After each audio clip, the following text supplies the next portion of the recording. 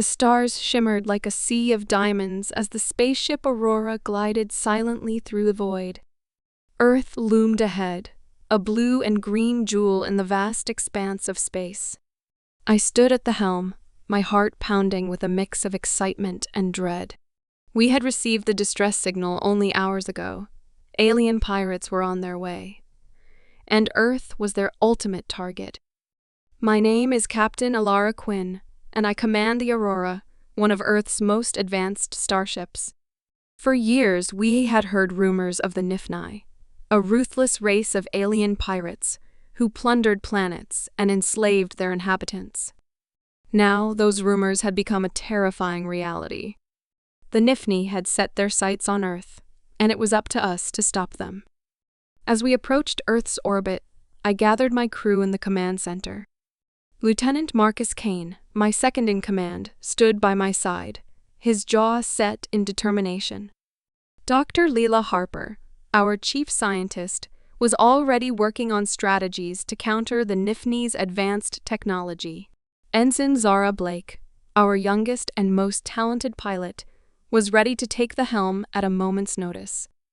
"We don't have much time," I began, my voice steady despite the fear gnawing at my insides. "The Nifni will be here within the hour.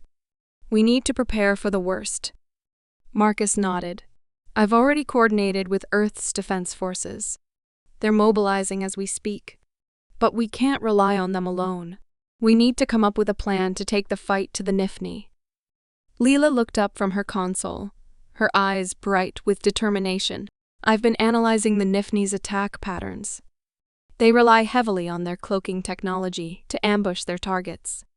If we can find a way to disrupt their cloaking devices, we might be able to level the playing field." Zara's fingers danced over the controls, bringing up a holographic display of the Nifni fleet. "Their ships are fast and heavily armed, but they have a weakness. Their power cores are highly unstable. If we can target those, we might be able to take them down." I nodded, feeling a surge of hope. "Good work, everyone. Let's get to it." The Aurora was a hive of activity as we prepared for the impending battle. Engineers scurried about, making last-minute adjustments to our weapons systems. Medical staff set up triage stations, ready to treat the wounded. The tension was thick, but so was the steadfast resolve. I took a moment to check in with each member of my crew. Marcus was overseeing the deployment of our fighter drones, his face a mask of concentration. "We've got to hit them hard and fast, Captain," he said without looking up. "No room for error." Leela was in the lab, surrounded by a dizzying array of screens and equipment. "I've modified the disruptor to emit a broader frequency range," she explained. "It should be able to penetrate their cloaking fields more effectively." Zara was in the cockpit, running through pre-flight checks. She glanced up as I approached, a confident smile on her face. "Don't worry, Captain. I've got this." I couldn't help but smile back. "I know you do, Zara. Just remember to stay focused." As the countdown to the Nifni's arrival ticked away, I gathered my senior officers for a final briefing. "Our primary objective is to disable the Nifni flagship," I said, pointing to the holographic display. "Once their command structure is compromised, the rest of their fleet should fall into disarray." Marcus nodded. "We'll need to coordinate our attacks with Earth's defense forces. If we can create a diversion, we might be able to slip past their outer defenses and get in close," Leela added. "And don't forget the disruptor. We need to time its activation perfectly to catch as many of their ships as possible." I looked around the room, meeting each of their gazes in turn. "We've trained for this. We know what we're up against. Let's show them what we're made of." The Nifni fleet arrived in a flash of light, their sleek black ships materializing out of nowhere. The battle began almost immediately, with Earth's defense forces launching a barrage of missiles and laser fire. The Aurora weaved through the chaos, Zara's expert piloting keeping us one step ahead of the enemy. "Captain, I've located the Nifni flagship," Marcus reported, his eyes fixed on the tactical display. "It's heavily guarded, but if we can take it out, We might be able to break their formation. Do it, I ordered. Zara, get us in close. Leela, prepare the disruptor. The Aurora surged forward, dodging enemy fire as we closed in on the Nifni flagship. The ship was massive, bristling with weapons and surrounded by a swarm of smaller fighters. But we had a plan. Leela, now, I shouted. Leela activated the disruptor, sending a pulse of energy through the void. The Nifni ships flickered and shimmered as their cloaking devices failed. For the first time, we could see the full extent of their fleet. Target their power cores, I commanded. Fire at will. The Aurora unleashed a barrage of laser fire, striking the Nifni ships with pinpoint accuracy.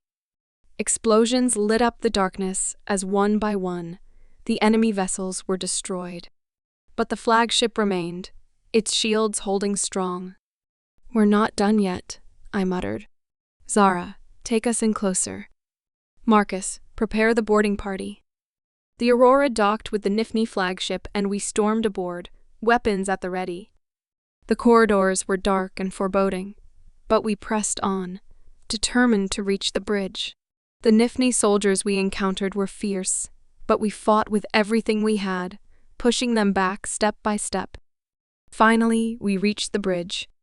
The Nifni captain, a towering figure with cold, calculating eyes, stood at the center, flanked by his guards. "You are too late, humans," he sneered. "Earth will fall, and you will be our slaves." "Not if we have anything to say about it," I retorted, raising my weapon.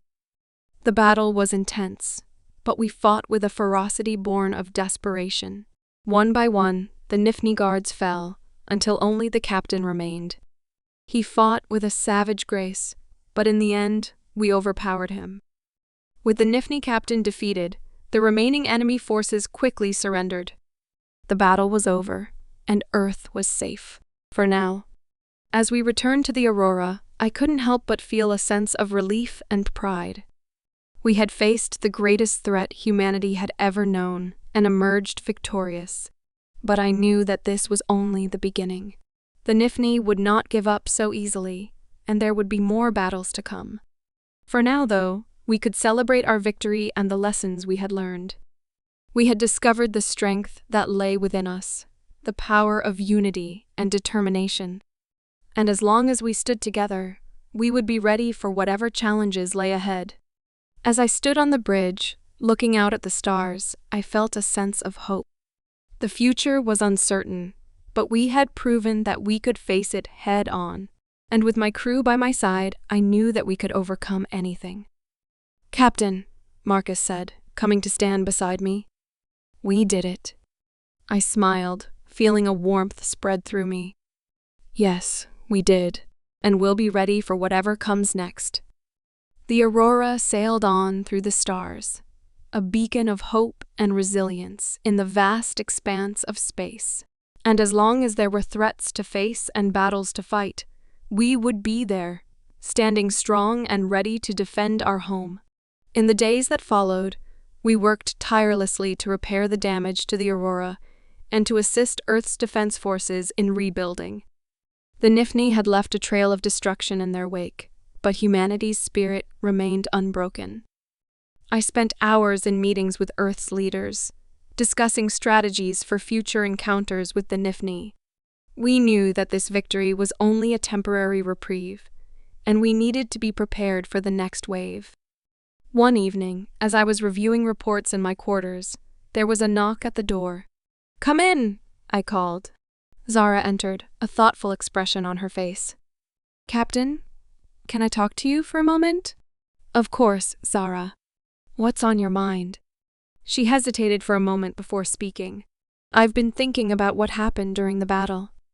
We were able to defeat the Nifni this time, but what if they come back with even more advanced technology? What if we're not ready?" I leaned back in my chair, considering her words. "It's a valid concern, Zara, but we can't let fear paralyze us. We have to keep pushing forward, keep innovating. The Nifni are formidable, but so are we. And we have something they don't: our unity and our determination to protect our home. Zara nodded, a determined look in her eyes. You're right, Captain. We'll be ready. As she left, I couldn't help but feel a sense of pride in my crew. They had faced unimaginable odds and emerged stronger for it. And I knew that, no matter what the future held, we would face it together. In the weeks that followed, we continued to strengthen our defenses and develop new technologies to counter the Nifni threat. We forged alliances with other planets and races, building a coalition to stand against the pirates. One day, as I was walking through the corridors of the Aurora, I overheard a conversation between two crew members. Do you think we'll ever see the Nifni again? One of them asked. Maybe, the other replied. But if we do, we'll be ready. We've got the best captain and crew in the galaxy.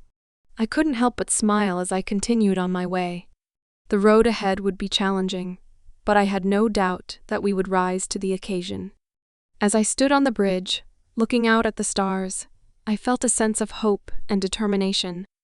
The future was uncertain, but we had proven that we could face it head-on.